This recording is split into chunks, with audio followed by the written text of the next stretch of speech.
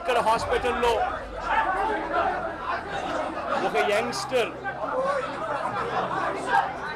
బహుశా 20-25 ఏళ్ళు ఉంటాయేమో తన పిల్లాడికి. ఆ 20 ఏళ్ళ పిల్లాడిని ఎందుకు నిర్దాక్షిణ్యంగా కొట్టారో కూడా తెలియదు. కేవలం ఎన్నికల్లో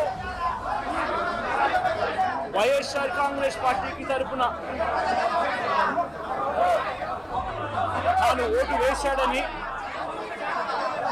వైఎస్ఆర్ కాంగ్రెస్ పార్టీకి సంబంధించిన కుటుంబానికి చెందిన వ్యక్తిని అతి దారుణంగా కావాలని అదే పనిగా వెంపర్లకు అదే పనిగా ఒక వెహికల్లో వచ్చి దారిలో పోతా ఉన్న పిల్లోడిని బైక్ ఆపి నిర్దాక్షిణ్యంగా కొట్టి హాస్పిటల్ పాలు చేస్తూ ఉంటే ఏం సాధిస్తూ ఉన్నారు? ఇంతవరకు పులివెందుల్లో ఎప్పుడు ఇలాంటి సాంప్రదాయం లేదు. ఎన్నో ఎన్నికల్లో చేశారు, ఎప్పుడు పులివెందుల్లో ఇలాంటి సాంప్రదాయం లేదు. ఎన్నికలు అయిపోయిన తర్వాత ఓటు వేయని వారిని కొట్టే కార్యక్రమం ఎప్పుడు జరగల. రాష్ట్ర వ్యాప్తంగా కూడా ఒక భయాందోళన వాతావరణం క్రియేట్ చేయడం కోసం అని రాష్ట్ర వ్యాప్తంగా ఇదే చేయిస్తూ ఉన్నారు దగ్గరుండి. ఏం సాధిస్తారు దీనివల్ల? మీరు వేసే ఈ బీజం చేసే ఈ చెడు సాంప్రదాయం రేపొద్దున మళ్ళీ తెలుగుదేశం పార్టీ కార్యకర్తలకి చుట్టుకుంటుంది. చంద్రబాబు నాయుడు అనుకుంటా ఉన్నాడు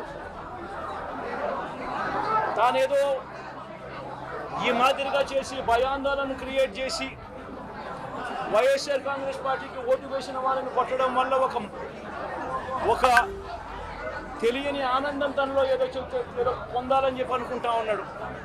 రాష్ట్ర వ్యాప్తంగా ఒక భయాన్ని క్రియేట్ చేయాలని ప్రయత్నం చేస్తూ ఉన్నాడు. కానీ నేను చంద్రబాబు నాయుడు గారికి మరొక్కసారి కూడా చెప్తా ఉన్నా, ఒక చెడు సాంప్రదాయానికి నాంది పలుకుతూ ఉన్నారు. దయచేసి ఆపండి. ఆపకపోతే మాత్రం ఎల్లకాలం మీరే అధికారంలో ఉండరు. అధికారం మారిన రోజున ప్రజలు చంద్రబాబు నాయుడు గారు చేస్తూ ఉన్న ఈ అన్యాయాలను చూసి శిశుపాలని పాపాలు పండినట్టుగా ఆ పాపాలు చాలా వేగంగా పండుతూ ఉన్నాయి. అధికారం మారిన రోజున తాను చేస్తూ ఉన్న ఈ చెడు సాంప్రదాయం తనకే చుట్టుకుంటుంది. ఈరోజు దెబ్బలు తగిలినా దెబ్బలు తిన్న ప్రతి ఒక్కరూ కూడా రేపొద్దున ఇదే మళ్ళీ అటువైపున చేసేదానికి మీరంతటి మీరే బీజం వేస్తూ ఉన్నారు. ఇది సరైన పద్ధతి కాదు. నాయకులుగా ఉన్న మనలాంటి వాళ్ళం ఇలాంటివి ప్రోత్సహించాల్సిన పని ఎప్పుడు రాకూడదు, జరగకూడదు. దయచేసి చంద్రబాబు నాయుడు గారికి ఇప్పటికైనా చెప్తా ఉన్నా, చంద్రబాబు నాయుడు గారిని హెచ్చరిస్తూ ఉన్నాను, మరొక్కసారి మళ్ళీ హెచ్చరిస్తూ ఉన్నాను, ఇది కరెక్ట్ సాంప్రదాయం కాదు, దయచేసి దీన్ని ఆపమని చెప్పి. నువ్వు నిజంగానే ఒకసారి మీరు కూడా వెళ్ళి ఒకసారి చూడండి, ఒకసారి ఏం పాపం చేశాడు నా పిల్లోని, ఎందుకు కొట్టారు, ఏం పాపం చేశాడని కొట్టారు. ఒకసారి హాస్పిటల్లో కూడా ఒకసారి చూడండి. ఒకసారి 90 మంది పిల్లలు ఇక్కడ జాయిన్ అయ్యారు. మధ్యాహ్న భోజనం పథకం సరిగ్గా జరగడం లేదు. పిల్లలకు కనీసం బ్యాగుల సప్లై కూడా సరిగ్గా జరగడం లేదు. ఇచ్చేటోడు ఎవడు ఇవ్వడం లేదు సరిగ్గా ఏది వ్యవస్థ అనేది ఏది సరిగ్గా జరగడం లేదు. వ్యవస్థను ఘాట్లో పెట్టండి.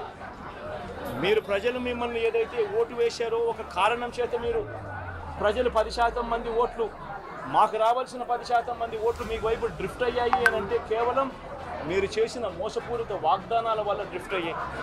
ప్రజలు మీ దగ్గర నుంచి ఎక్స్పెక్ట్ చేస్తూ ఉన్నారు. రైతులు అల్లాడిపోతూ ఉన్నారు, రైతు భరోసా అందక.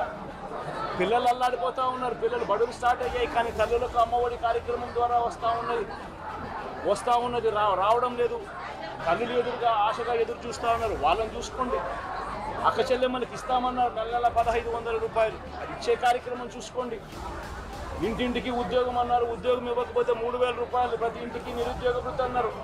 ఆ పిల్లలందరూ ఎదురు చూస్తూ ఉన్నారు, మీరు ఎప్పుడెప్పుడు ఇస్తారు 3000 రూపాయలు నిరుద్యోగ వృత్తి అని. అది చూసుకోండి.